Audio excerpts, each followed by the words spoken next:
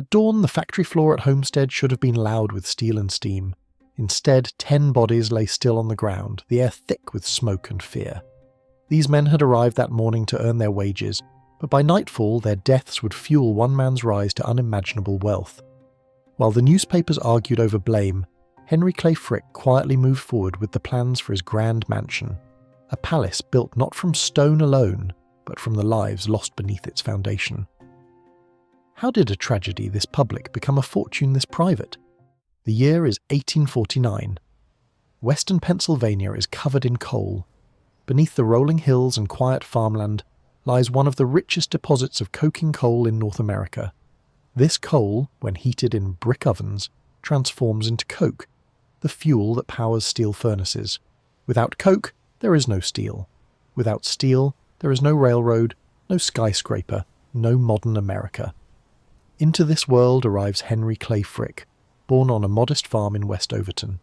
His childhood is unremarkable, his education is ordinary, but his ambition is not. At 19, Frick sees what others miss. The demand for coke is rising faster than supply. The railroads need steel, steel needs coke. Someone will control that supply chain. It might as well be him. He borrows money from family. He builds his first coke ovens in 1870. Within a year, he owns 50 ovens. Within 5 years, he owns hundreds. By his 30th birthday, he controls the majority of coke production in the region. His wealth is no accident. It is the result of a calculated understanding of industrial necessity. Frick does not invent coke. He does not invent steel. What he invents is efficiency at scale. His workers labour in conditions that would shock modern observers. The ovens burn at temperatures exceeding 2,000 degrees. Men shovel coal in shifts that stretch 12 hours or longer. The air is thick with ash and sulphur. Lung disease is common. Burn injuries are routine. But the pay is steady, and in the 1870s, steady pay is worth the risk. Frick keeps costs low and output high. This is the logic of the era. Capital rewards those who can extract the most value from the least investment. Labour is a variable cost, not a human concern. By 1881, his reputation reaches Andrew Carnegie. Carnegie is the titan of American steel, a Scottish immigrant who built an empire on vertical integration.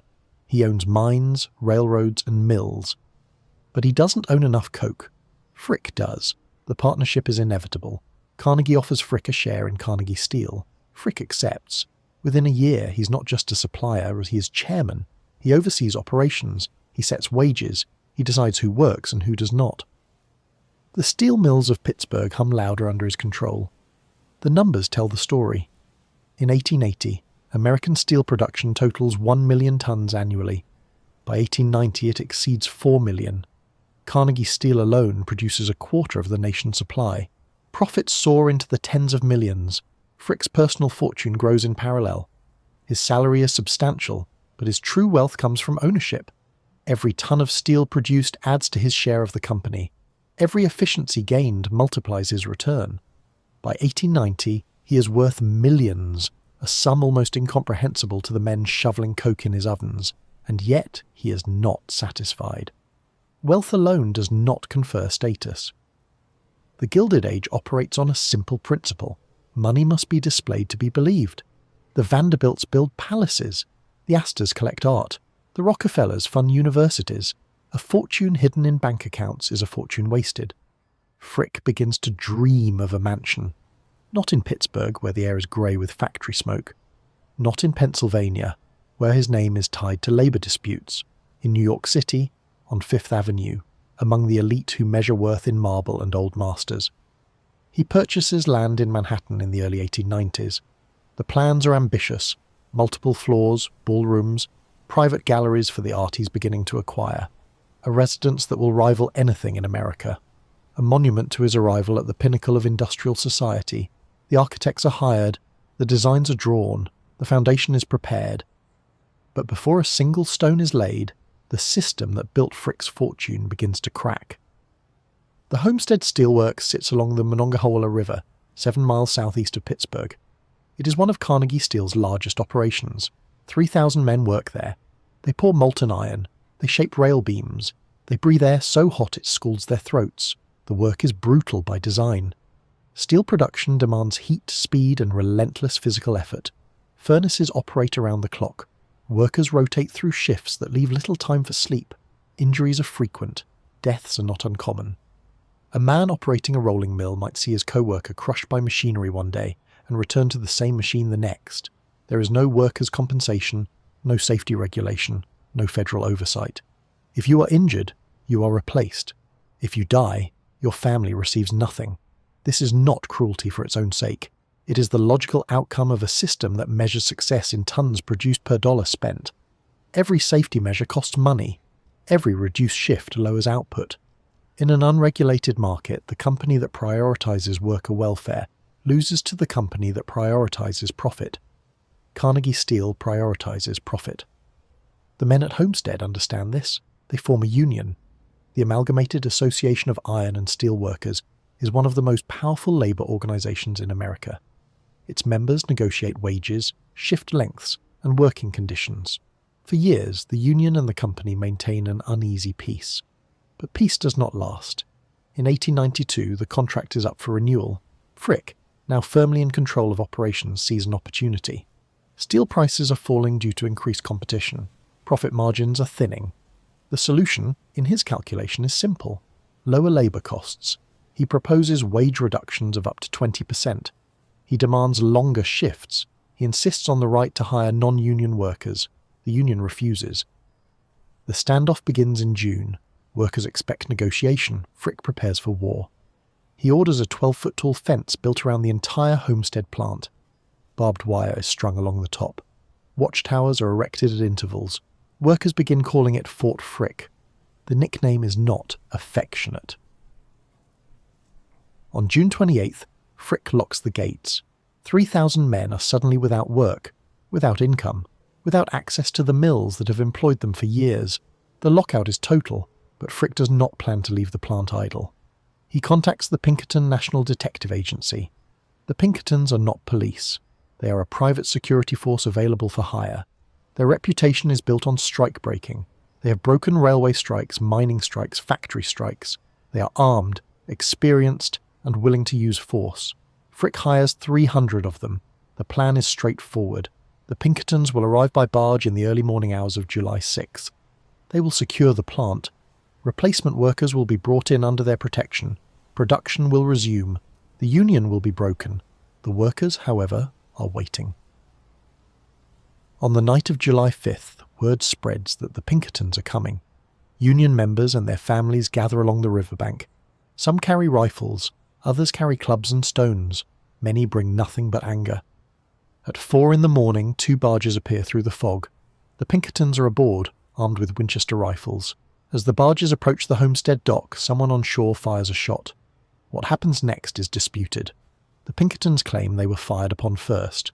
The workers claim the Pinkertons fired without provocation. Historians will debate the sequence for decades, but the result is not in question.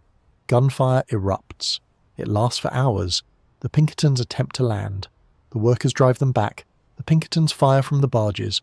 The workers return fire from behind steel beams and piles of slag. The river runs red. The air fills with smoke and screaming. By afternoon, 10 men are dead. 3 Pinkertons, 7 workers. Dozens more are wounded. The barges surrender. The Pinkertons are marched through town, beaten and humiliated. The workers hold the plant. For one brief moment, it seems Labour has won. The victory lasts 4 days.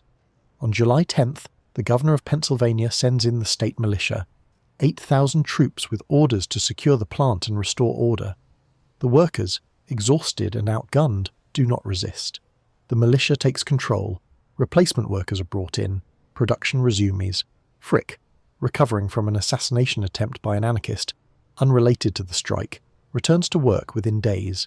He is wounded but undeterred. The strike is broken by November. The union is destroyed. Wages are cut. Hours are extended. The Homestead strike becomes a turning point in American labor history. It demonstrates the lengths to which capital will go to maintain control. It shows that private militias, state violence, and corporate resolve can overpower worker solidarity, and it makes Henry Clay Frick even wealthier. With the union eliminated, labour costs at Homestead drop significantly. Output increases. Carnegie Steel's profits reach record highs. Frick's share of those profits swells. The system rewards him not despite the violence, but because of it. He has proven he can manage labour unrest. He can cut costs ruthlessly. He can deliver results under pressure. His value to Carnegie increases. His compensation increases with it. Within months of the strike's end, Frick returns to his New York mansion plans. The architectural designs are refined, the materials are sourced, the timeline is set. Construction will begin soon. No one mentions Homestead in the blueprints. The deaths are not memorialized in marble. The strike does not appear in the floor plans. The mansion will be beautiful, clean, untouched by the machinery that funded it. But the connection is permanent. Every dollar spent on imported limestone is a dollar earned from reduced wages. Every chandelier purchased is purchased with the profit margin gained from longer shifts. Every painting acquired is acquired with wealth extracted from men who will never see the inside of a museum. The mansion is not separate from the mill. It is the mill's most enduring product. The bodies are still warm when the press arrives. Reporters flood into Homestead within hours of the shootings. They interview witnesses, they photograph the barges, they count the dead. The story dominates front pages across the country for weeks. Public opinion is split. Some newspapers condemn the workers as violent agitators. Others condemn Frick as a murderous industrialist. Political cartoons depict him as a king sitting on a throne of skulls. Labour organisers hold rallies in his name, not in support but in protest. Frick says nothing publicly. He does not apologise. He does not express regret. He does not acknowledge that anything he did was wrong. From his perspective, nothing was wrong. He followed the logic of the system perfectly. The contract expired. The workers refused his terms. He took action to secure the company's assets. When the workers resisted, he called in reinforcements.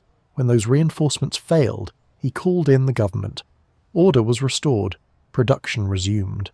This is not cruelty. This is capitalism functioning exactly as designed.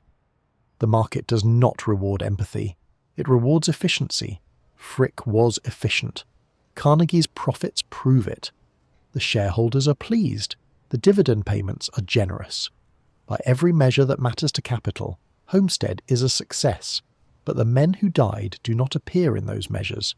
Their names are John Morris, Silas, Wayne, George Rutter, Joseph Sotak, Peter Fares, Henry Striegel, and 4 others whose identities will fade from the public record within a generation. They are steelworkers, barge operators, and union members. They leave behind widows, children, debts. There is no compensation fund, no relief program, no federal investigation into their deaths.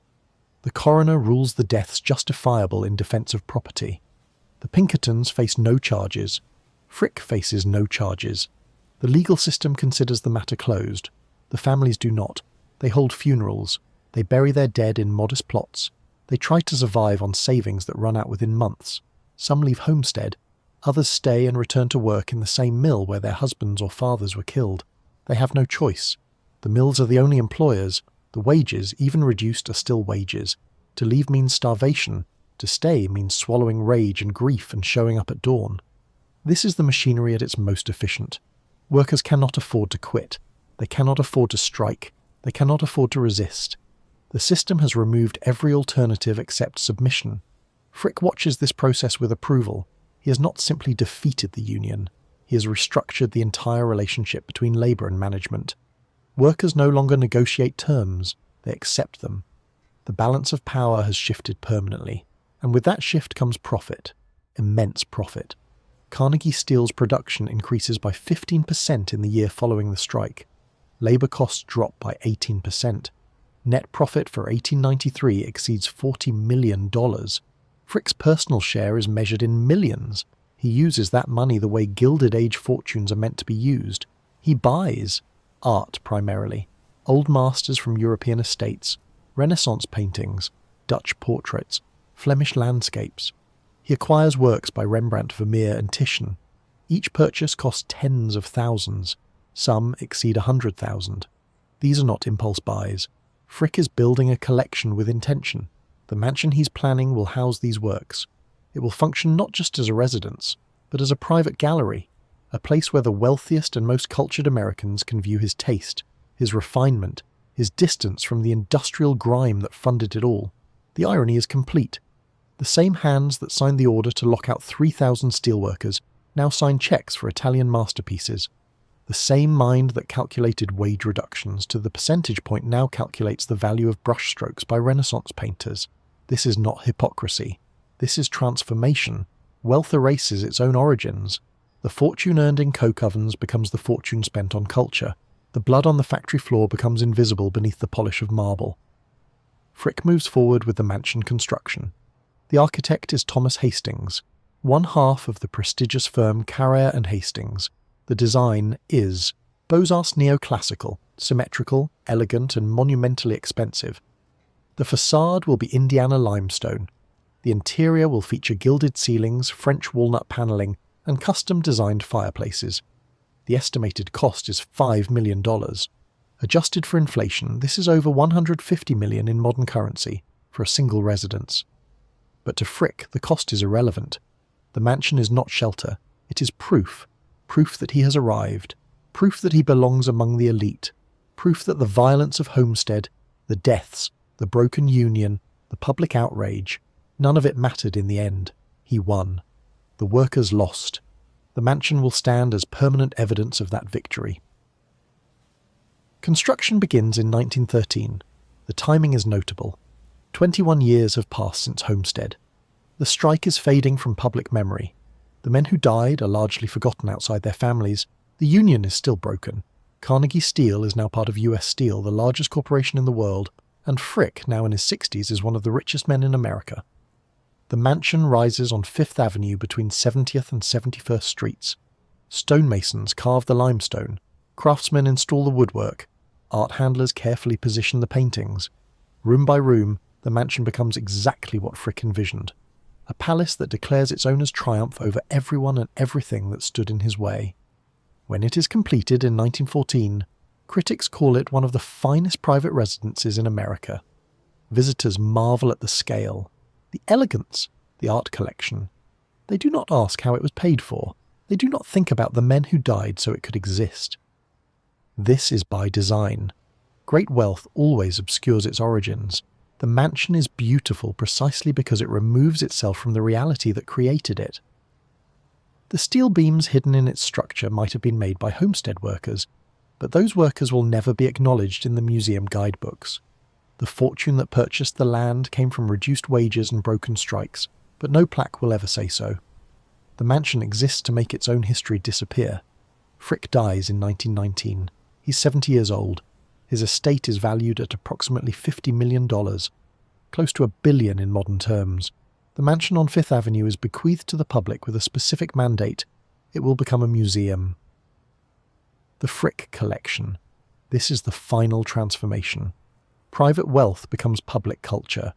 The paintings acquired with strike-breaking profits become accessible to anyone willing to stand in line.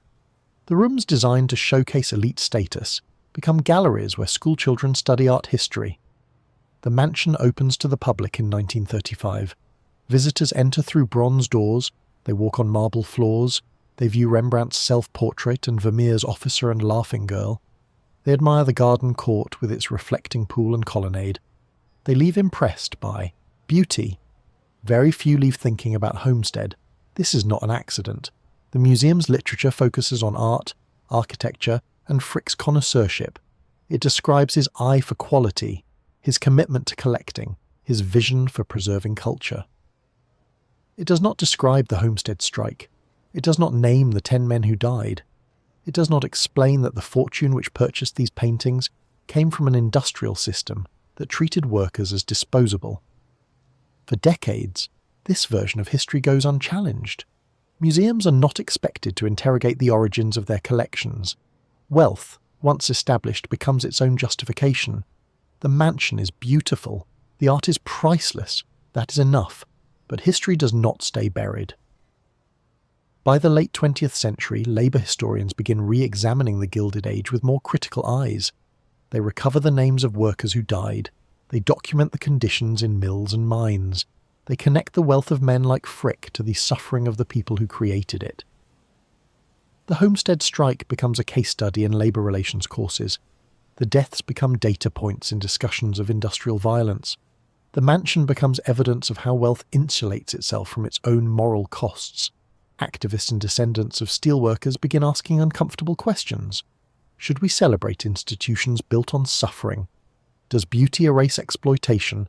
Can art be separated from the money that purchased it? The museum does not have easy answers.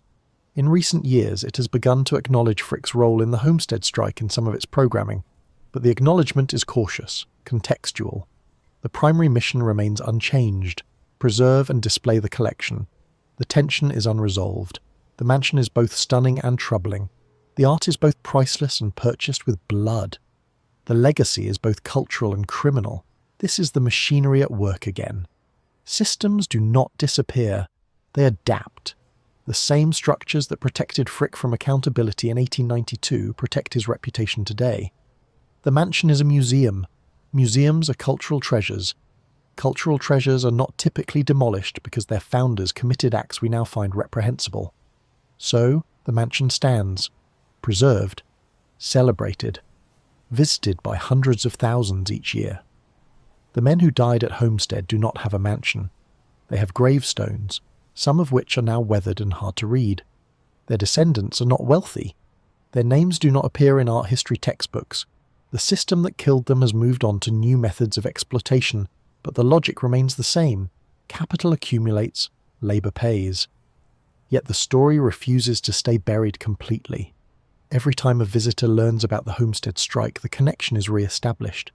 Every time a labour historian writes about Frick, the deaths are remembered. Every time someone asks how the mansion was built, the answer requires confronting uncomfortable truths. The true cost of the Frick mansion is not measured in dollars. It is measured in lives. 10 men who woke up expecting to earn wages and went home in coffins. Thousands more who laboured in conditions that shortened their lifespans and destroyed their bodies. Families who bore the grief while the profits flowed upward. That cost cannot be repaid. It cannot be undone. It can only be acknowledged.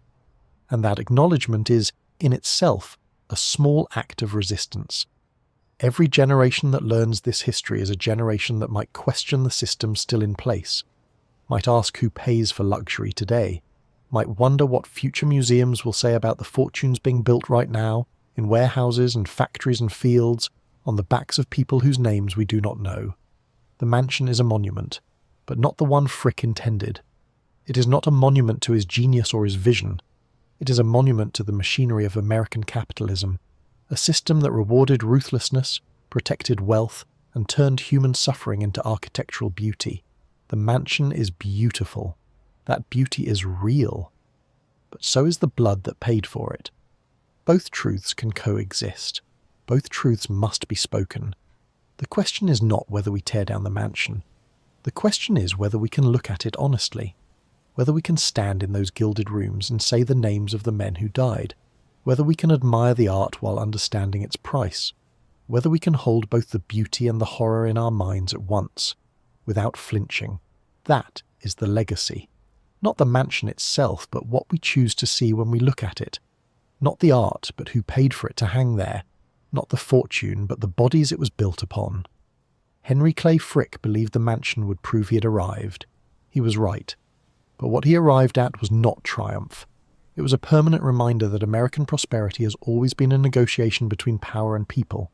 And in that negotiation, the powerful win most often, but they do not win forever. History remembers. Activists organize, descendants testify. The machinery grinds on, but it does not grind in silence. The mansion stands on Fifth Avenue, solid and unmovable. But the story it tells keeps changing. And that change, slow and grinding as it is, might be the only justice the system allows. The Frick collection remains one of New York's most visited museums. The mansion endures. But so does the question it raises. What are we willing to call beautiful when we know what it cost? If this story challenged how you see American history, leave a comment. What other estates hide uncomfortable truths? Which fortunes should we examine next? Subscribe to explore the real stories behind America's grandest houses, the ones that textbooks skip and museums rarely tell. The Gilded Age built palaces, but it also left graves. Both deserve our attention.